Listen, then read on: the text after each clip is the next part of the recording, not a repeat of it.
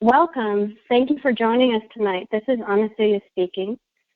Tonight's webinar is A Shaman's Way of Being, Living the Spiritual Principles of Self-Honesty and the Power of Surrender. And our webinar leader is Shari BaDu. I've known Shari for several years, and I've traveled with her into the sacred mountains of Peru, the Superstition Mountains in Arizona, where the Apaches believe the gateway to the lower world can be found. And we've had sacred time in Sedona, as well as the ancient power places found in Canyon de Chelly in the Navajo Nation. Shari is a traditional medicine woman who has lived in the Southwest for more than 50 years and has embraced the influences and appreciation of Native American spirituality. She brings to her work as a mentor sage more than 30 years of experience working with the 12-step model, ancient shamanic practices, and the science and data for modern medicine. And more than 25 years ago, after several years of practicing this 12-step program, Shari asked herself, is this it? And she began exploring the original teachings and practices of the founders of 12 steps. And Shari discovered that their original vision was much more spiritual and shamanic than what she had previously learned. And that's really the most interesting parts of this journey that she has been on are all those things that she's learned by doing that research, by doing that hard research, I find fascinating. She's a passionate teacher, private consultant, facilitator, and spiritual counselor, and like many of us, she has been initiated into the shamanic healing and spiritual traditions of the high Andes of Peru. Shari worked individually with Master Shaman Porfirio Chino Sequeiros, who has given her specific instruction on dealing with addiction.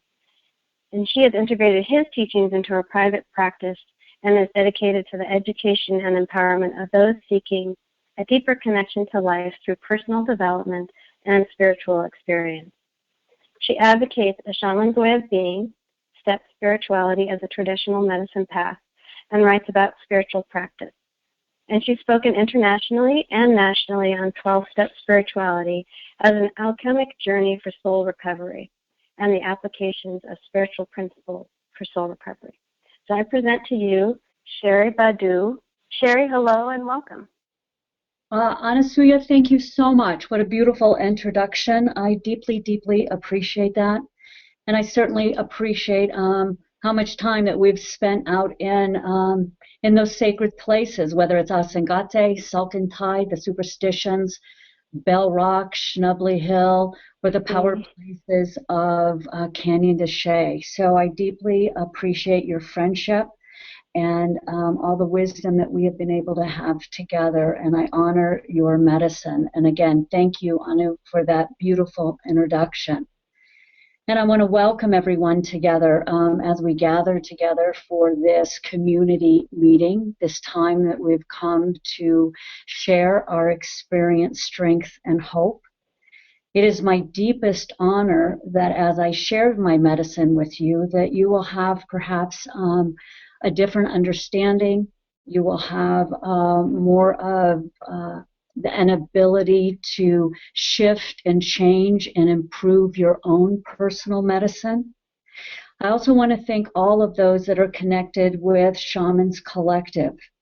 As many of you know, you can find my story on the Shaman Collective website at www.shamanscollective, or you can also find out more about me at sharibadu.com, at www.sharibadu.com, and of course Facebook, where many of you are my friends, and we chit-chat and we stay in touch with everyone through this beautiful media called the web.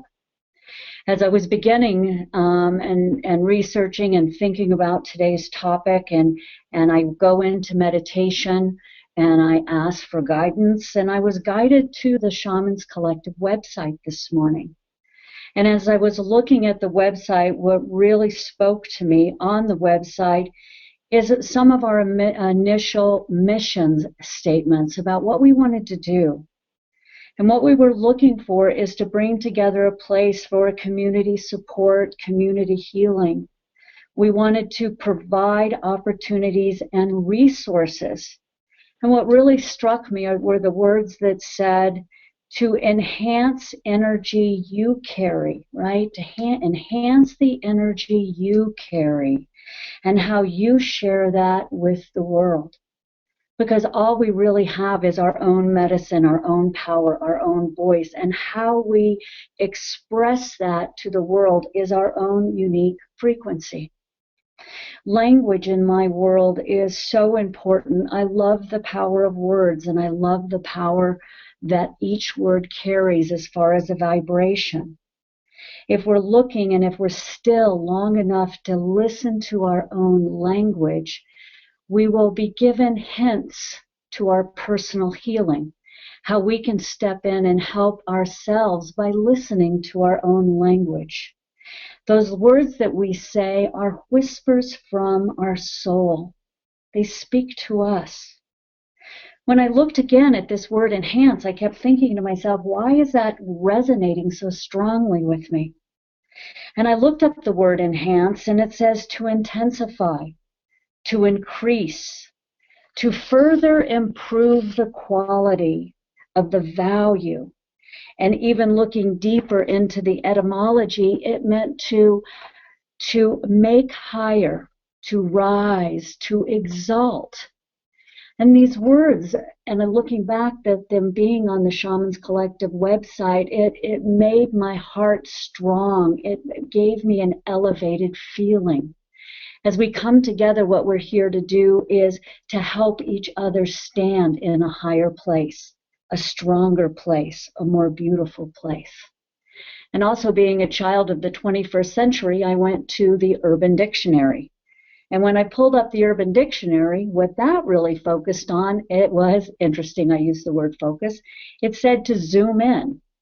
Because when we're working with the computer and we go to enhance a picture or we zoom in, we're looking at it closer. We're really going into the photo by making it larger instead of the old way of listening to the word enhance, to bring on high, to exalt.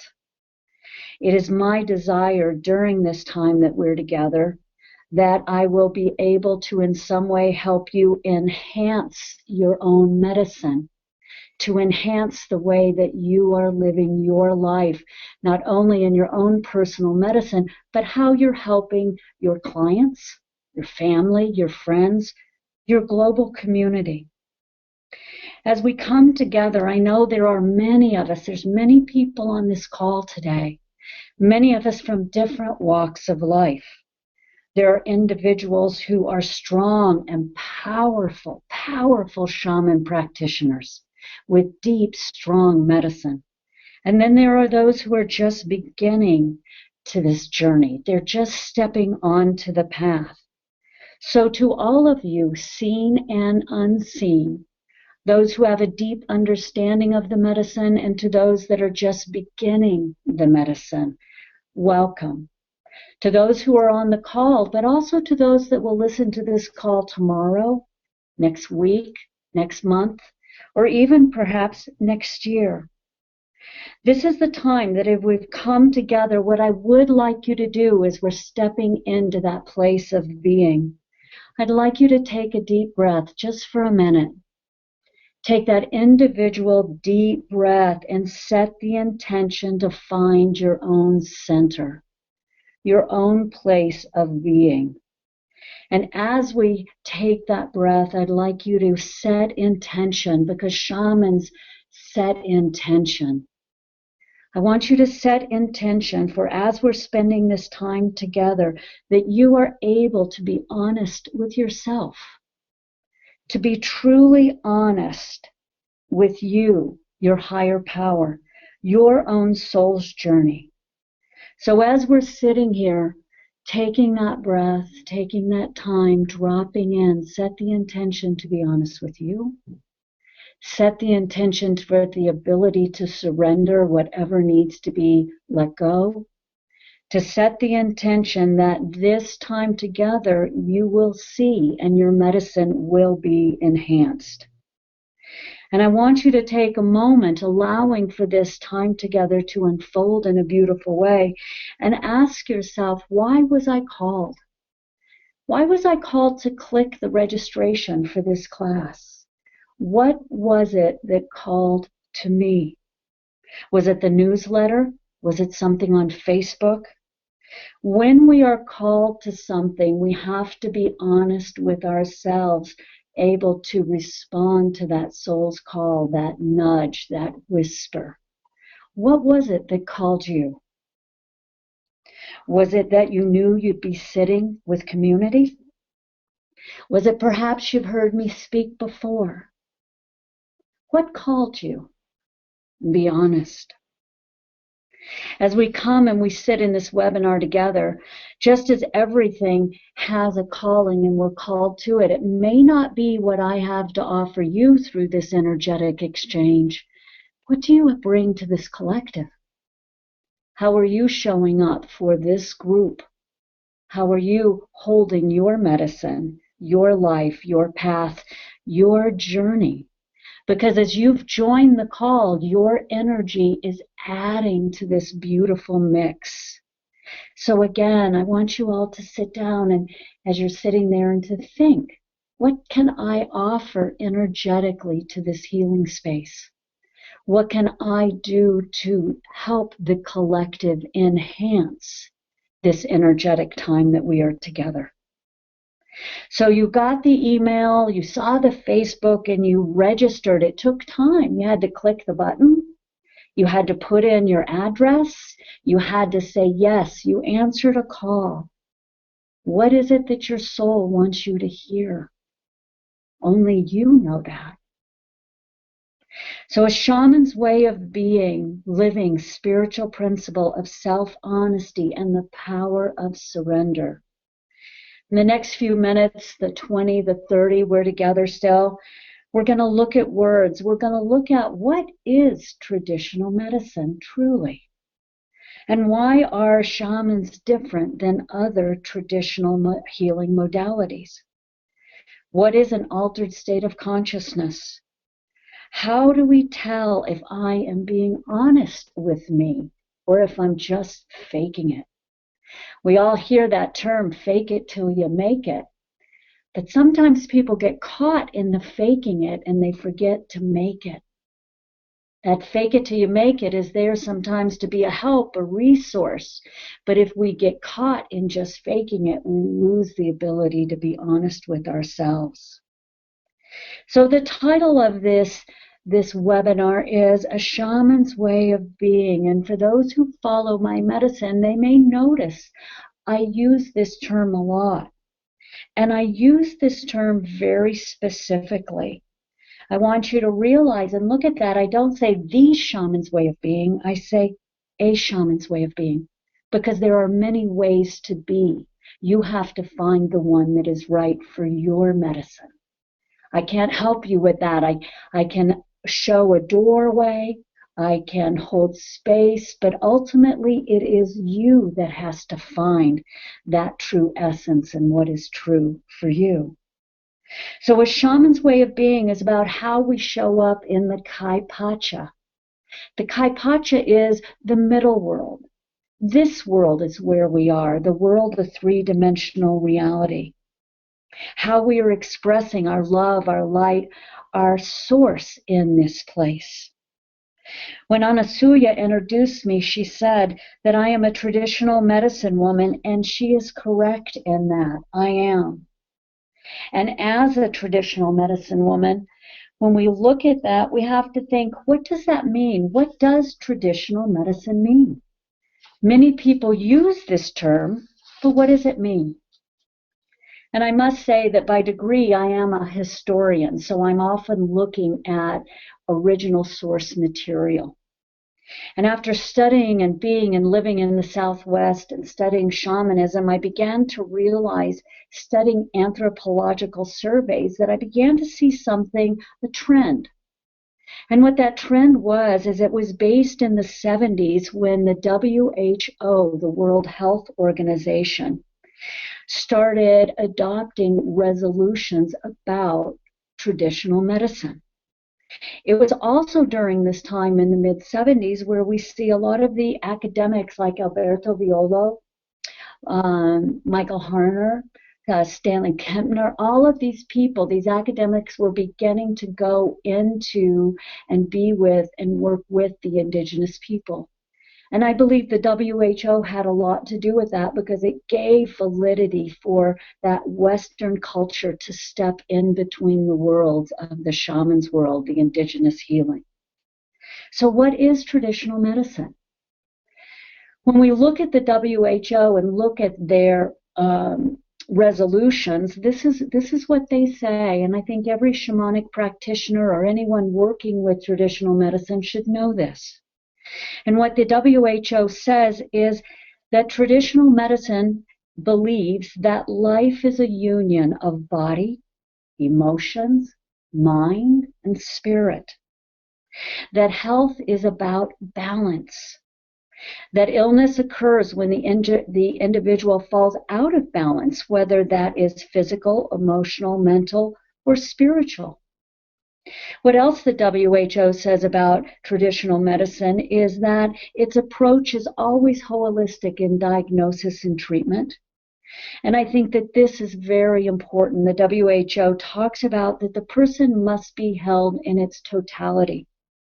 And that as a traditional medicine practitioner, shaman, medicine woman, what we do, whether male or female, if we are practicing this path, we often give advice on lifestyle, how to live a life, how to show up.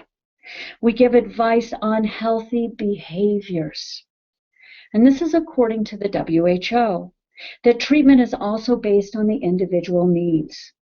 Each individual has his or her own constitution and social circumstances, which result as a reaction of the cause of the dis-ease. So where does shamanism fit into all of this? Where is it different? And for the sake of the common ground, Omega in New York has a yearly meeting called the Commons. It's the place where we come together in common ground. So again, looking for common ground, we look at that topic of shamanism, and we know that it is the oldest known spiritual practice. It is not a dogma. It is a spiritual practice dating back to the Paleolithic period. And it has a global phenomenon that we all have seen. And we've seen this resurgence of this beautiful medicine. And with this resurgence, we see words like neo-shamanism, core shamanism, traditional shamanism. And all of these things can use some of the same objects to work that medicine. For the shaman uses the drum, the rattle, the fire, the calling in of spiritual helpers, beings, power animals. All of these things help a shaman do his medicine. But the thing that is most important, a shaman's way of being to the shaman, is the shaman intentionally steps into an altered state of consciousness. That altered state of consciousness known as an ASC, to seek information for personal healing, for community healing, for global healing, for sourcing information, the ability to induce an altered state of consciousness to move from the ordinary world of daily three-dimensional reality into the non-ordinary world. And that range can go from a light trance into a deep trance. The shaman sources non-ordinary world for help and information. It communes with those guides. In the 20th century, when they were doing study on shamanism, the one word that came up quite a bit was a technique in ecstasy, they called it. And this technique in ecstasy, they describe it as the need to connect with something greater, to connect with that higher power, that Adonai, that infinite mind, the cosmic consciousness, God, to connect with the quantum field. And I believe if we're living that traditional medicine path, that shaman's way of being, that we must journey for our own personal healing, because the mind needs this connection place, needs to step into the altered state of consciousness for healing. Now, it's interesting, as many of you know, 12-step spirituality, a shaman's way of being, you'll hear me say, because I believe that the 12 steps are shamanic. And I'm going to read you something that was written in the 20th century. And I want you to listen to this, and I want you to see if you hear the shamanic tone for journey.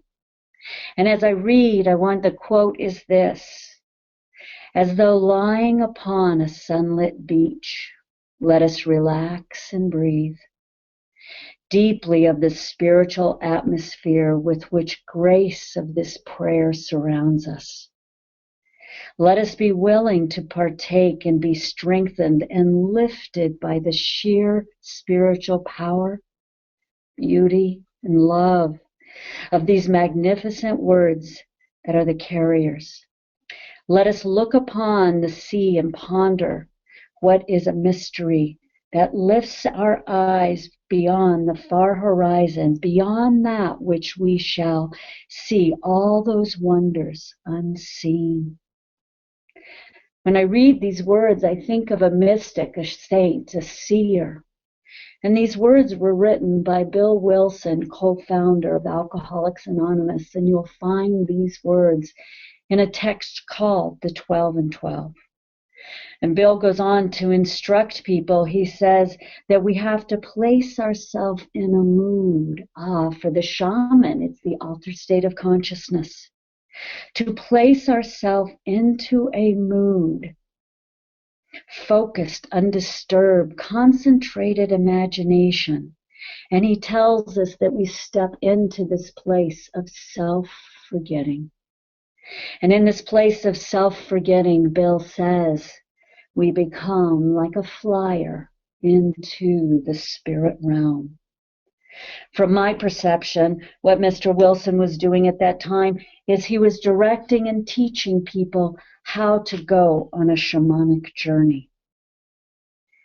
When we look at the title of this talk and I look at the word spiritual principle, what is that? What does it mean? When we think of Gandhi, the wise seer, he said that and directed us to be the change that we want to see. He directs us to the beingness, calling us to action. So from that place of self-honesty, as you proclaim, I am this or I am that, does your action back it up? Does your action back it up? The beingness must not only include an attitude of wanting to change a consciousness, it must include an action, a demonstration to be the change. And this is how spirit whirls and moves through our body, our mind, and our soul. And when we talk about spirit, that thing that is so unnameable, what is that? Spirit, according to Andrew Weil, is that thing that gives us power and life. Pretty simple and clear. Kenneth Meadows, who has written much on shamanism, calls spirit the source and center of one's own being, one's higher self. So looking at your self-honesty, looking to you, where does your spirit lie and what is that to you? What does it mean for you?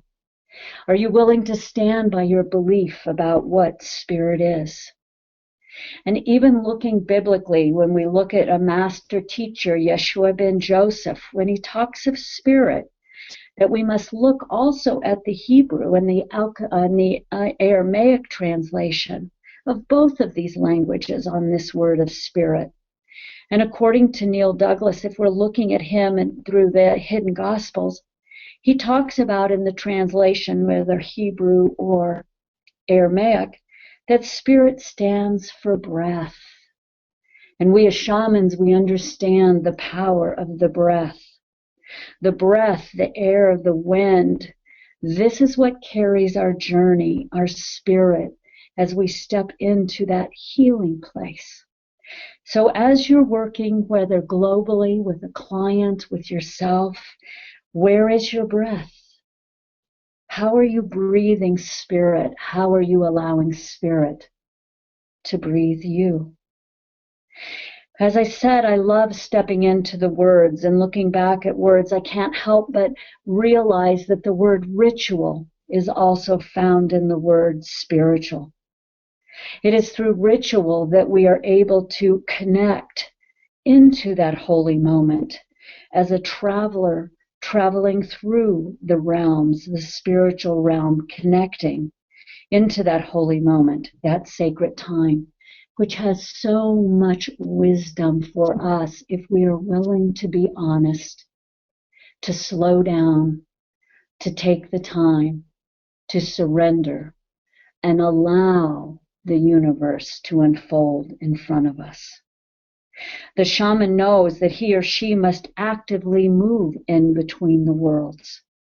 Moving in between the ordinary worlds is practicing something very holy, that we are given the gift to move gently and gracefully between the worlds. And we must also look at the word principle, which is a word which means law. A principle is a law because water, as a law, seeks its own level. 2 plus 2 is a law. 2 plus 2, even though we may think it's 8, bottom line, 2 plus 2 is 4.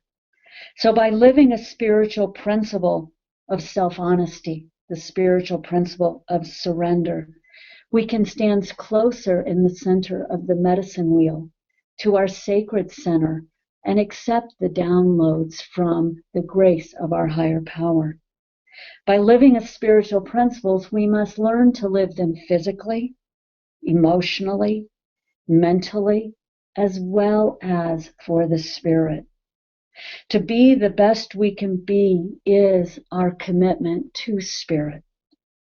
And when we look at that place of self-honesty, of course, what comes to my mind is Shakespeare's words, "To thy own self be true." As many of you know, many of those in my practice are walking a 12-step path. And as the young ones come in, they see that on the token. There's a chip, a token that is often given, an amulet, if you will, at meetings. And it says, "To thy own self be true." One kid comes in and he says, "I thought that meant that I could do whatever I wanted to. I thought it was permission for me to do what I wanted to do from the place of entitlement." And in fact, what we know to be the thy own self be true, which means that we have to start looking at self-referencing. What is true for me? And of course, what that brings me to is one of my favorite quotes from the Temple of Delphi, "Know thyself." For the shaman, in order to stand in that greatest place of healing, of service to oneself and community, we have to be able to know thyself. Who are we? Who is our truth? What do we believe? Because it is only by knowing who I am that I can be true to myself. Referring back to one of my favorite little books, and again, it's called The Little Red Book from the 40s. And as I look up the word honesty in this little red book, this is what it says. Honesty, the freedom from self-deception, trustworthiness in thought and action, willingness to admit a wrong, fairness in all of our dealings with others. So as we step in and we look at our personal honesty, our self-honesty, we have to look and take a minute. Just take a minute in reflection. Where have you been dishonest with you? Where have you been dishonest by omission? Where have you been dishonest by hiding something? For those who are medicine carriers, look at your mesas. What stone holds that place of a secret, Not that we're holding something private, but something that we're holding as a secret. As healers and shamans and mystics, to be free from self-will, free from deception at that highest level is a requirement for the holding the medicine at that place of courage, effort, willingness to be a mentor. Looking at the trustworthiness in our thoughts and our actions. Are you the same as you're in a workshop as you are at home with your children? When we surrender those old back doors, our internal medicine grows. Reflecting back again to this little red book from the 40s, I look up the word humility. And it says a true evaluation of the conditions as they are. Willingness to face facts. It takes courage to be honest with yourself. It takes strength and humility to be able to look at what is and to be able to surrender what no longer serves you. As an individual who steps on to the healing path, a place to be a mentor, a sage, we are also stepping into that place of asking and calling ourselves at the highest place in ethics, integrity, love, and compassion. We know that being honest, what we can do is one thing. If you're not sure, check your motives.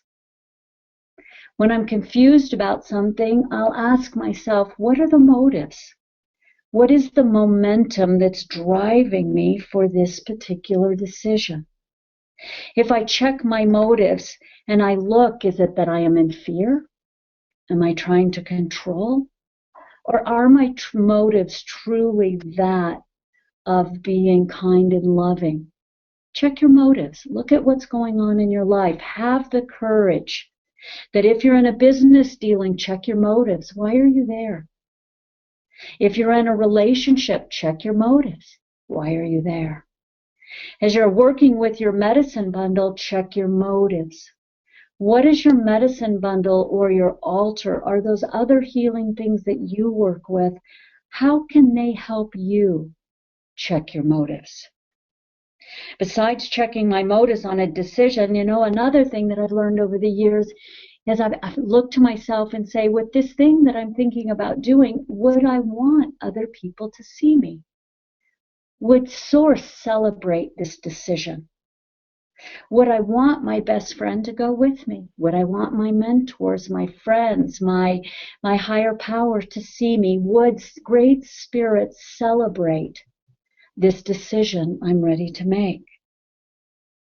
I love the place of being able to say, when I'm confused, what would love do in this situation? Go to the spiritual principle of love. What would truth do in this situation? Pause. Go to the spiritual, that spiritual principle of love, truth, commitment, surrender, honesty. All of these spiritual principles that I'm talking about are found in 12-step spirituality. The beauty of 12-step spirituality, however, it's fallen into a dogma in many ways. The beauty of 12-step spirituality in a very shamanic perspective says that liquor is but a symptom of the disease. So if we put food is but a symptom. If we put a codependent relationship is but a symptom. If we put drug, sex, rock and roll is but a symptom of the disease. And what is the disease? A spiritual malady. And how do we heal any spiritual malady? We align back into spiritual principles. And it will always begin with the place of being able to be honest with yourself. Having the strength and the courage to stand up and say, this is who I am. So if you're not sure, ask, what would truth do? What would love do? What would the great mother do in this situation? What would the wind do? and follow that intuitive hit. And of course, what I do is journey. I step into between the worlds and I journey for an answer, stepping in between the worlds, asking for clarity on a situation. As healers, we must hold ourselves higher.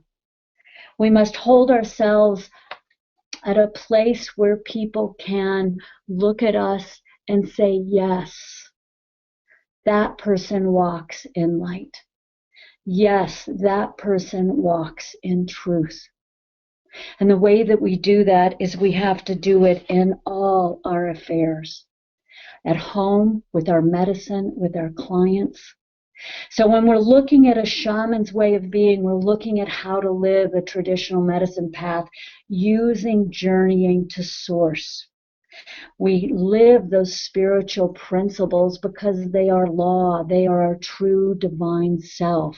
Self-honesty being the most important. And that ability to surrender when you find yourself being less than you are happy with. When you find that you've fallen from grace, forgive yourself. Forgive yourself, because that is the greatest spiritual principle, forgiveness.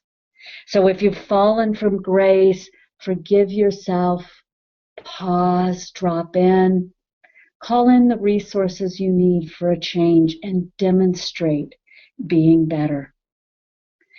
When we're looking at wisdom keepers, which we are all called, we go to ceremony, we go to the beach, we do the despachios, but make the commitment to be a wisdom keeper. Pick up 5 pieces of garbage a day. If each one of us picked up just 5 pieces of garbage a day, the planet would be a better place, and we would be a keeper of the mother. If you can go, just recycle 5 bottles, plastic bottles. Recycle the milk cartons. And if you're already doing that, job well done. How can you demonstrate truly being that wisdom keeper, that earth keeper? So as we all know, change always begins at home. It begins in the place of the heart. So as we step into a shaman's way of being, as we step into changing our nature, we have to do it physically, emotionally, mentally, and spiritually to align with our divine selves, that is our divine right. A shaman's path is a courageous path. We don't do it lightheartedly. And for those who have the courage to step in, and most importantly, to step up and look at these difficult things because you love the medicine, because you love the place of being connected with Source, because you love that place of communing in between the worlds. So as you go off, whether it's dream time, working in your mesa, a sand painting, a letter, honor that piece that was shown. Honor it. And make a commitment to you to respect yourself and to be willing enough to be honest with you. For any client that you work with can smell if you're being dishonest. They smell it. They feel it. The stronger you are in the truth, the stronger your medicine will be, and you will know what that truth is.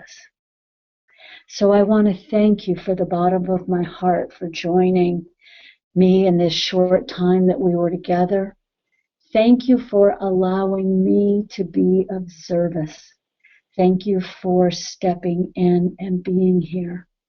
And Anasuya Krishna Swami, thank you for your beautiful heart, your medicine, and your willingness to show up and help. Thank you.